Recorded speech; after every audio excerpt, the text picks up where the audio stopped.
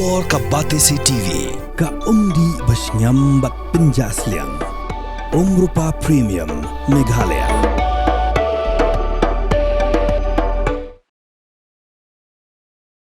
Hagijingkeren sengolam, hagijing le niam khadu yu pastor R.R. Cunville. Hiye meni jong balang Presbyterian la imkra, Khun Ksiew ju Billy Graham. Kata Roy Graham, lepen gen mau hagijing de ke bajan hapdeng pastor Cunville berkayeng ke Sam Jong ki. Ulong bawa la kerta Jong berkerta Jong pastor Cunville, kelai per bak lebak.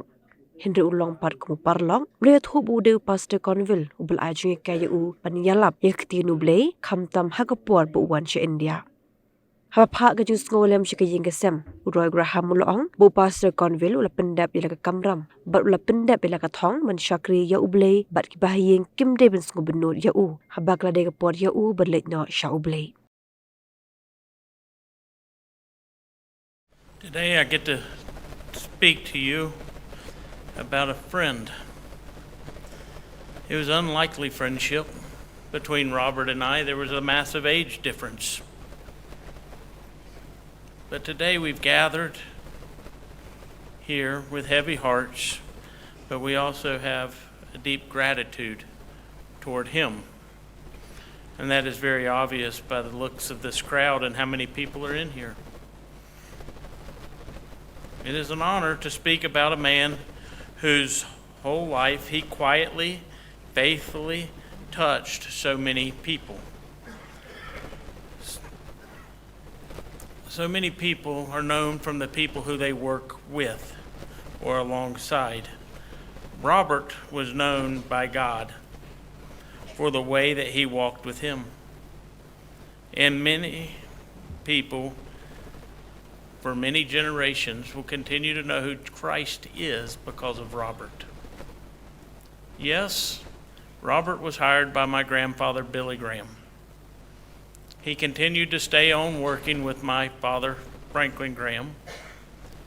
I have to give him a lot of credit for training my brother Will how to speak at crusades.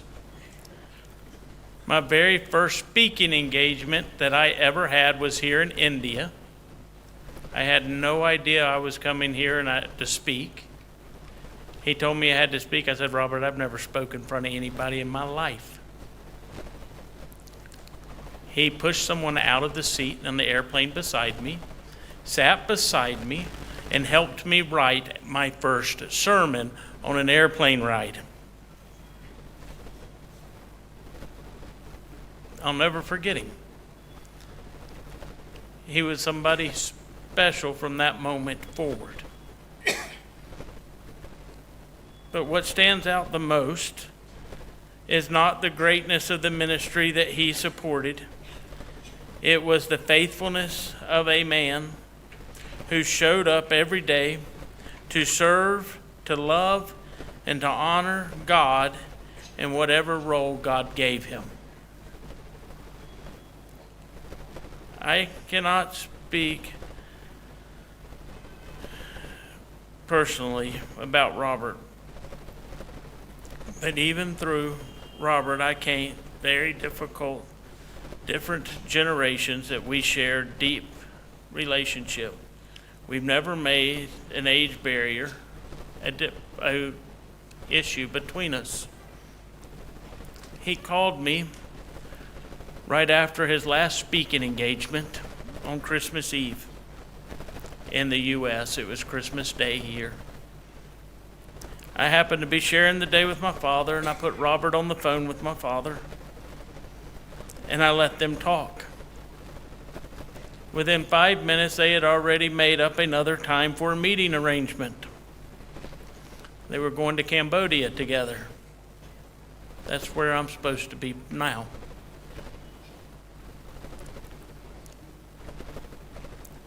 I'll never forget his excitement and always about going somewhere new, something different.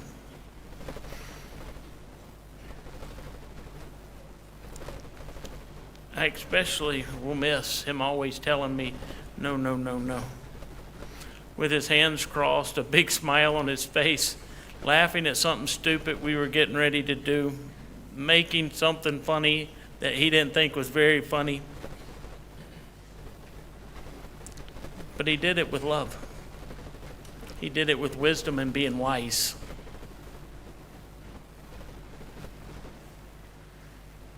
He guided me when I needed to be guided.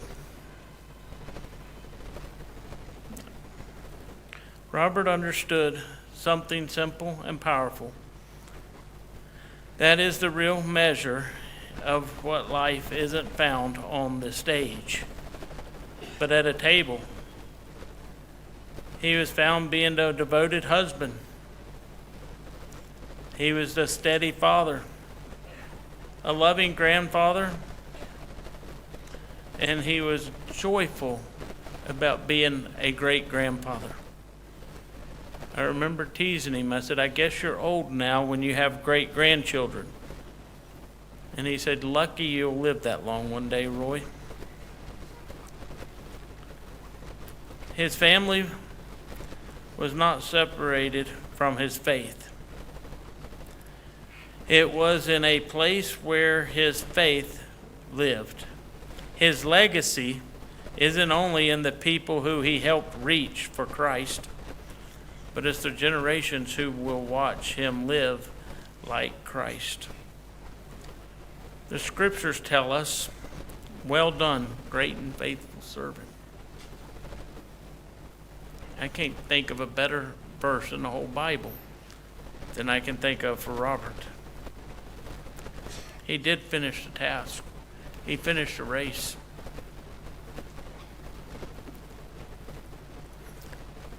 To Robert's family,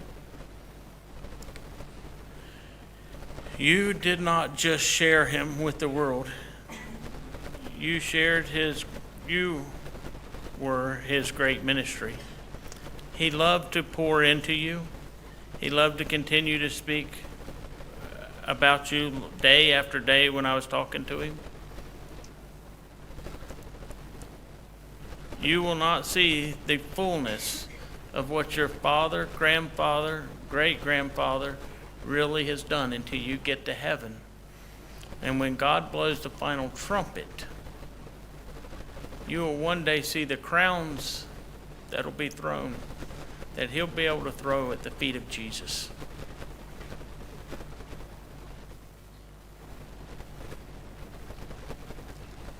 It is my honor, not only with my words, but to live a kind life that he showed us.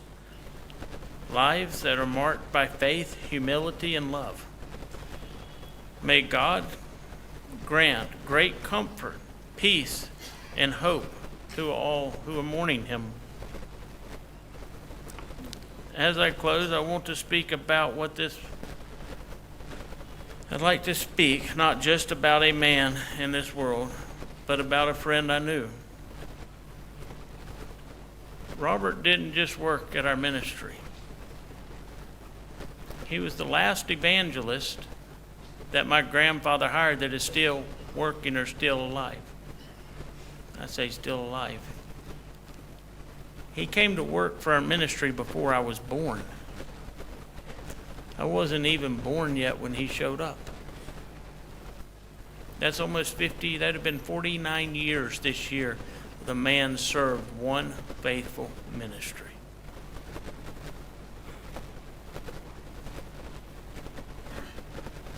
Robert prayed for me and my family by name. Every time I called, he would ask about every one of my children. And I've always wondered how many people he did that for. I'll never know. That is the kind of friend he was. He was steady, faithful, and quiet. And I believe, and with all my heart, that some hands folded in prayer so many times that he lifted up his praises to the Lord God Almighty. Robert, thank you for being a friend. Thank you for praying for me. And thank you for caring how you prayed for me all those years when I was struggling. God bless you, and thank you.